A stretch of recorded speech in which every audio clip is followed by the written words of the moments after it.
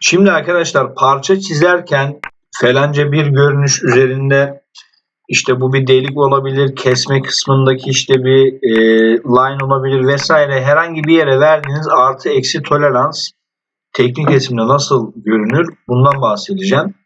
Mesela bu parça için nerede verdiğimi söyleyeyim. Şuradaki çap için verdim bunu. Kesme işlemi yapmışız ya. Bakın çap 8.4'müş mesela. Artı eksi toleransını 0,05 olarak vermişim. Bunu katı modelde verdim. Peki nasıl verdiğimi de isterseniz söyleyeyim. Öncelikle çizime geliyorum arkadaşlar. Ölçülendirme üzerine çift tıklıyorum. Önce buradaki ölçümü onaylıyorum. Şuradan tolerans ile sığdır diyorsunuz. Tolerans duyarlılık kısmında sizde muhtemelen hiçbiri seçili olacak. Tolerans ile sığdır deyip artı eksi toleranslarını 0,05 ya da istediğiniz değerde vermeniz mümkün olacak. Tabii ki burada mil, delik toleransları vesaire şeklinde çeşitlerimiz de var. Ben şu anda amacım sadece artı eksi toleransı burada göstermek olacak.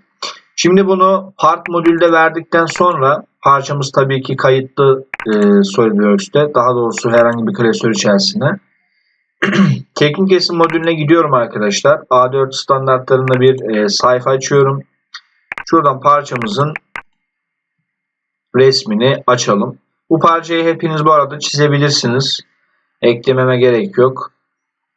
Katı model dersi değil çünkü bu. Şimdi bu parça mesela ön düzlemde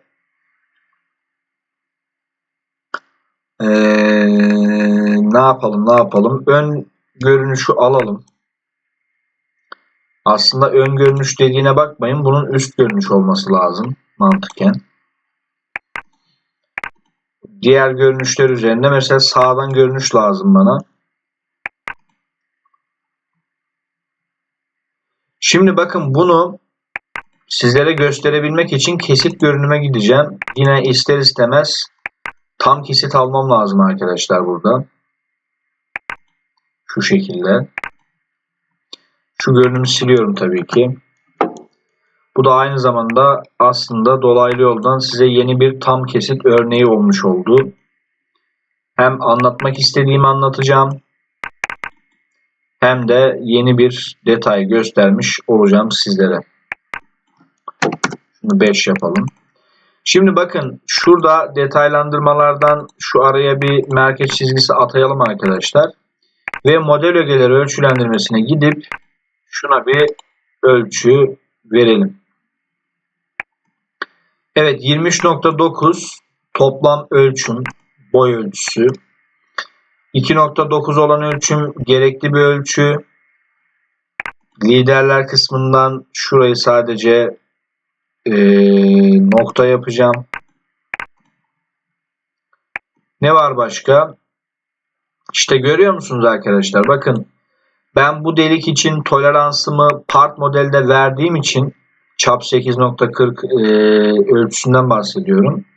Otomatik olarak da teknik resim kısmına da bu gelmiş oluyor. Bundan bahsediyorum. Yani özellikle gelip de bu kısımda artı eksi bir tolerans vermem gerekmiyor bunun için. Bakın nasıl verdiysek, nasıl çizim yaptıysak o şekilde getiriyor. İşte model ögeleri ölçülendirmesinin amacı bu.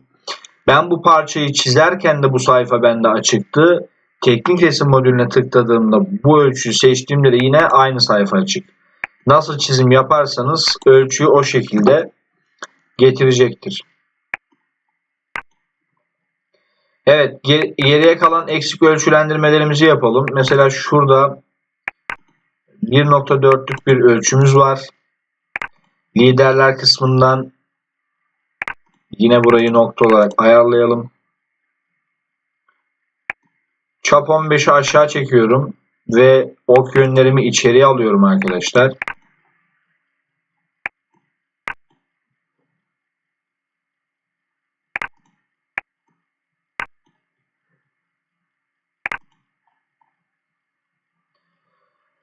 Evet, 2.9'u verdik. 1.4'ü de verdik ama buradaki profilin kara profil olduğunu anlatmak için diğer kısmı da vermemiz lazım. Ya da ne yapmamız lazım biliyor musunuz? şuradaki 1.40 ölçüme yanına kare sembolünü buradan eklemem gerekiyor. Yani buradaki profilin kare olduğu anlamına gelmekte. Şimdi en dıştaki çap, içteki çap ve buradaki mesafelerin hepsi teknik resimde verilmiş gördüğünüz gibi. Bize düşen nedir?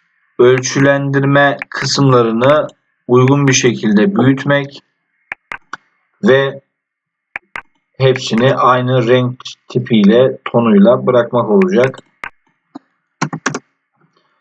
Burası 5. Buradan da formata gidip onayla diyorum.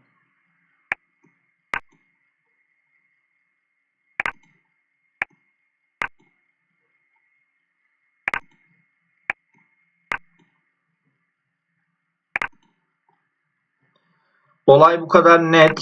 Geliyorum, istersen ben parçamın izometrik görünümünde şöyle bırakabilirim arkadaşlar. Gördüğünüz gibi teknik resim part modelde verdiğimiz basit bir tolerans, artı eksi toleransı teknik resimde de kolay bir şekilde çıkartabiliyoruz. Aslında bunu neden böyle verdim biliyor musunuz? Burada dikkat ederseniz artı ile eksi alt alta ve bu sembolün oluru, doğru kullanımı da bu şekilde. Eğer sen gelip buradan bunu notla yazsaydın ya da yazmaya kalksaydın, tamam mı? Şuradan gelip sembol ekle demen gerekecekti. Artı eksiği buradan çekmen gerekecekti. Ve bunu kendin birebir kendin oluşturacaktın.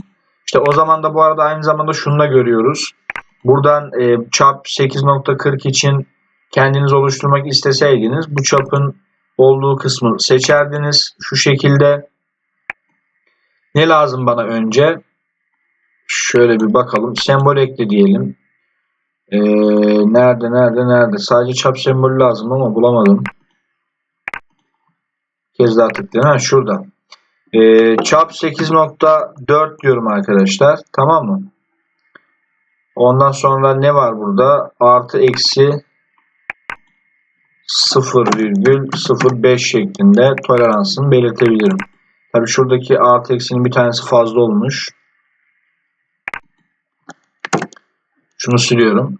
Çap 8.4 artı eksi 0,05 şeklinde toleransımı belirtebilirim. Bakın bunların ikisi de doğru değerli arkadaşlar. İkisi de doğru. Ama ölçülendirme kuralları gereği böyle ölçülendirme çizgisi şeklinde göstermek daha uygun olacaktır. O zaman diğer yaptığımızı silelim ve bu şekilde bırakmış olalım. Evet, yeni bir tam kesit örneği gördünüz arkadaşlar. Yeni bir tam kesit örneği gördünüz. Aynı zamanda part modelde verdiğimiz tolerans teknik resminde nasıl gösterilir bundan da bahsetmiş olduk. O zaman sonraki videomda görüşmek üzere. Sağlıcakla kalın.